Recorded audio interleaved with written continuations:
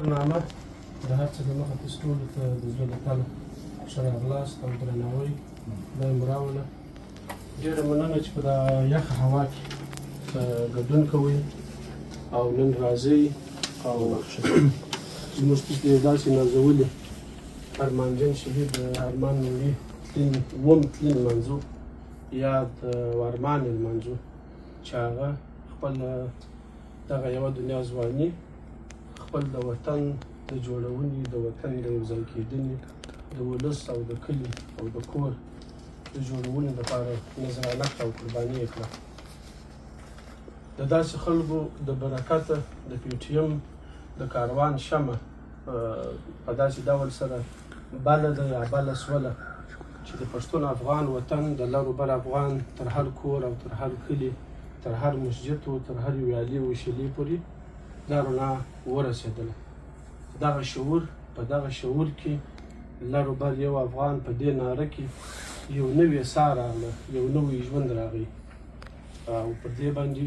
موږ هېڅ سترګې نشو پټولی چې په دې کې به د ارمانجن لومړي او داسې ورته سترو مبارزینو څومره غټ تاسو. د ارمان لومړي ژوند ته که موږ تاسو وګورو، د دې ژوند زموږ ستاسو د افغان جغرافیې د یو بېوسه، د یو بېکسه، د یو کلیوال او د یو غریب ژوند یو ډېره ښه بېلګه ده. دی د ورځې په اقتصادي لحاظ دونه کمزوري چې هغه چا خبره لړۍ چلوه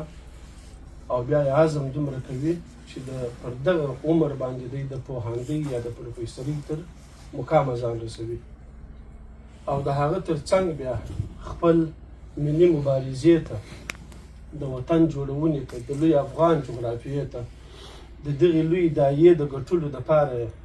دغه ارمان دومره په ایمان او په مزاج ګډ وي چې شپه ورځ دې ته کار کوي او بالاخره قربانیږي په دغه لاره کې. ارمان لوړي به بدبختانه نه زموږ اولین شهید وي نه به اخرین وي، دا لاره به روانه وي او د دغسې لاره قربانۍ به زموږ د لارې د پیدا کولو دپاره یو ډېرې بلې ډیوې وي او یو ډېرې غټې رڼاګانې به وي. بېشکه چې یو څوک خپل د وطن او د کور کلي او د واک د ګټلو خبره کوي، دا ډېره غټه داعیه ده، دا ډېره غټه قضیه ده، دا ډېر غټ کیس دی او بیا پښتون افغان په کم موقف کې، په کم خالي لاس، په کومو امکاناتو چې 20 نفر یې وروره پر شلو لارو روان، خبره یوه نه او د هغه منظم مکاره چلبازه منافق دشمن په مقابل کې چې سړی فکر پکې وکړي کله کله دا بریا یا دا زموږ تاسو مقصد رسېدل بیخي کله کله سړي ته داسې لږ ناممکنه یا بیخي ډېره سخته ورته معلومه سي.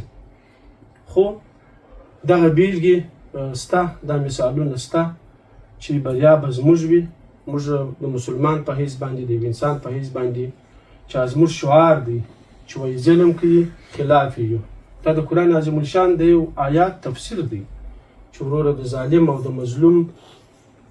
په جګړه کې به، په دغه مجادله کې به، په دغه مبارزه کې به څوک بریالی کیږي؟ حق به بریالی کیږي. موږ د هیچا سره نه د نفرت خبره کوو، نه د دشمنی خبره کوو،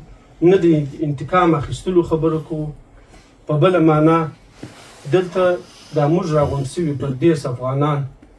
که د هر یوه څه وپوښتي، زه دا ایمان او عقیده لرم چې ویې پوښتم د زړه څخه چې وروره ستا دغه عادي پنجابي چې هلته یو دوکاندار دی، عادي لړۍ والا دی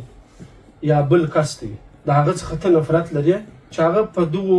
قضیو کې ستا سره په دښمن په دغه کې حق ته حق وایي، نه حق ته نه حق وایي. هېڅوک په دا خبره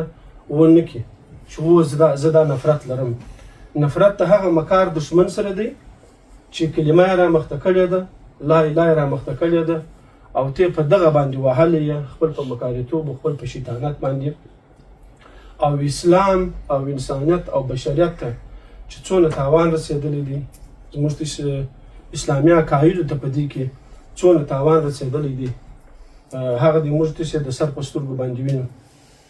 د پی ټي ایم لاره د چا خبره ول، پی ټي ایم د هیچا نه دی خو د هر چا دی. دغه لاره چې موږ تاسو خپله کړې ده دغه لاره چې موږ داسې ټاکلې ده. زه په دغه پوره باوري یم که زموږ دغه مبارزه یا دغسې یو پلیټفارم جوړ وی په نورو ملتونو کې چې یا کردان دي یا په اصطلاح باندې بلوڅان دي یا نور خلک دي، زه باور لرم چې دا به ډېر وسکوي روان وی. زموږ د پښتنو فکرونه دونه مخشوش سوي دي، دونه پاشل سوي دي، دغه انوایرمنټ د چاپېریال دونه ورته رد و بدل سوی دی چې هغه حقیقي خبره هم 100% حقیقي وي، سړی د سر په سترګو باندې ویني، بیا یې هم د حالت داسې مشکوکه کړي دي چې په هغه حقیقي سړی بیا په اصطلاح باندې باور لري چې دا حقه لاره ده، بیا به هم سړی شل واره فکر کوي. نو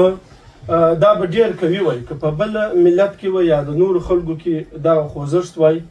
د پی ټي ایم موجودیت وای، دا به ډېر قوي وای. خو لله الحمد اوس هم ډېره ښه ولاړه ده